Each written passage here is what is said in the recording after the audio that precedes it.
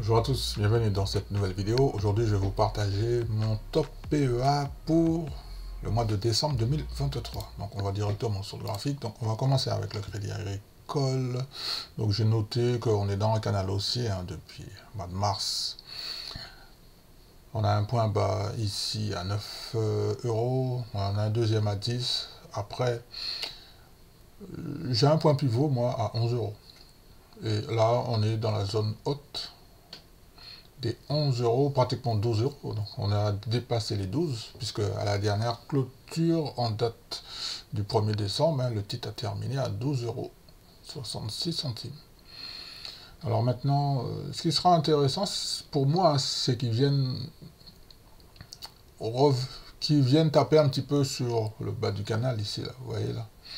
Et là, pour moi, ça sera un bon point d'entrée pour commencer à préparer une position sur le titre Crédit Agricole. Alors, je présente ce titre parce qu'en fait, il y a une corrélation avec...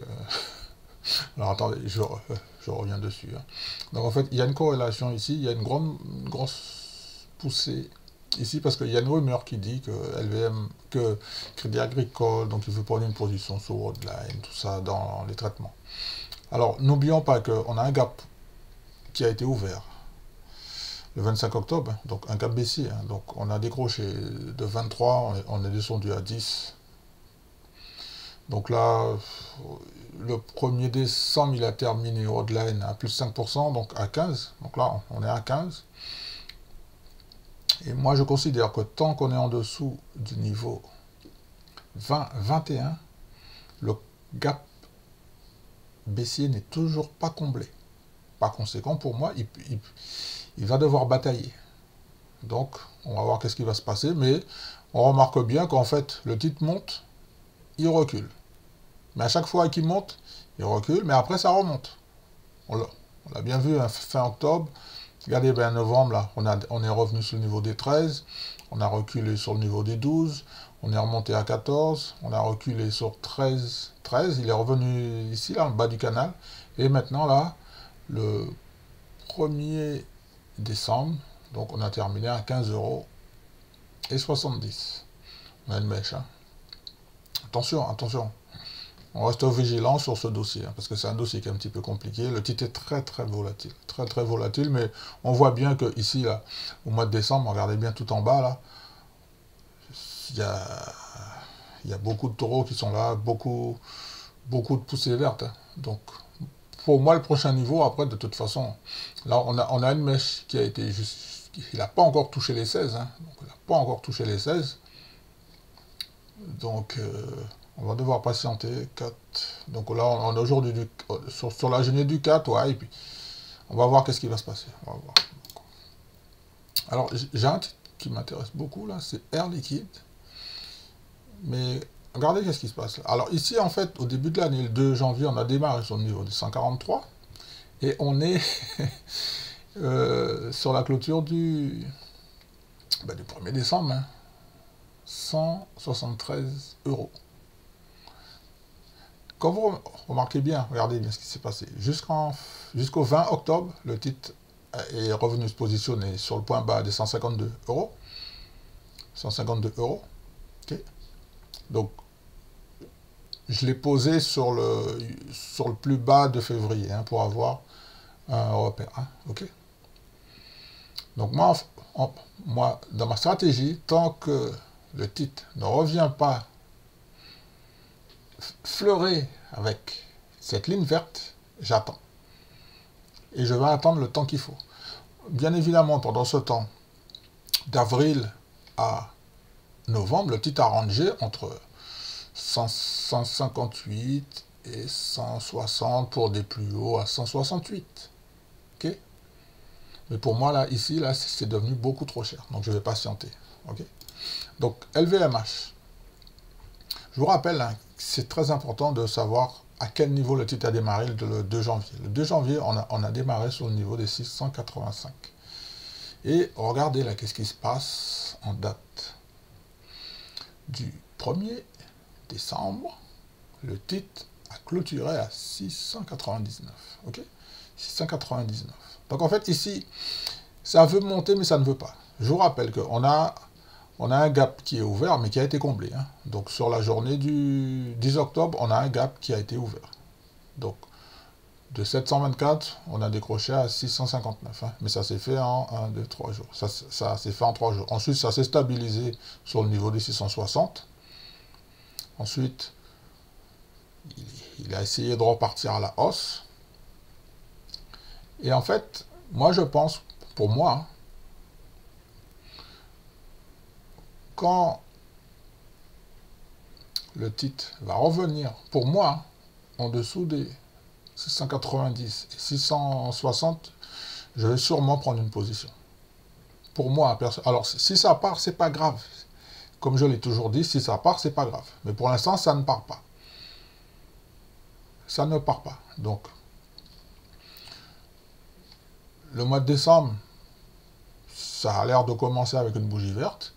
J'ai besoin d'avoir une confirmation pour que ça monte. En revanche, à la moindre mauvaise nouvelle, ça va revenir. De toute façon, le niveau des 660 a été testé pour la dernière fois le 27 octobre. On va voir qu'est-ce qui se passe sur le titre. Sanofi, donc Sanofi. Pour ceux qui ne sont pas au courant, donc sur la journée du 27 octobre, donc ils ont annoncé qu'ils se séparaient de leur blockbuster. Je crois que c'est le Doliprane. Et le titre a décroché, ils étaient à 100, on est descendu au point bas. J'ai noté un point bas à 81, ici. Ok. Sauf que là, je remarque que le titre, il monte. Donc, 82, on est monté à 80, 86, on a reculé pour revenir à 84, on est remonté. Donc là, il y a un petit canal. En fait, il monte, il recule. Il monte, il recule. Il monte, il recule. En revanche, le gap sera comblé uniquement. Alors, en fait, ça sera ici. Hein, le gap sera comblé uniquement à partir des, pour moi, des 98, des 97, 98 euros en fait. En dessous, en fait, on est toujours en train de ranger. Donc personnellement, moi, quand il va revenir sur la ligne verte, c'est-à-dire entre 82 et 81, je vais prendre une position. Je vais prendre une position ici. Okay, donc je vais sauvegarder ça. On termine avec Worldline. Non mais Worldline, je vous l'avais déjà dit. Ok. Donc voilà, donc je vous rappelle, mes chers amis, c'est très important de bien comprendre que personnellement, j'ai une shortlist, Crédit Agricole, Air Liquide, LVMH, Sanofi, Worldline. Bien évidemment, il se passe beaucoup de choses sur les marchés financiers. De toute façon, à la moindre nouvelle, le marché est très susceptible en ce moment. À la moindre nouvelle, un titre peut perdre beaucoup de pourcentage. Il y a beaucoup de volatilité. Et faites attention parce qu'en ce moment, les gérants sont en train de faire leur rotation sectorielle. Donc ça va secouer.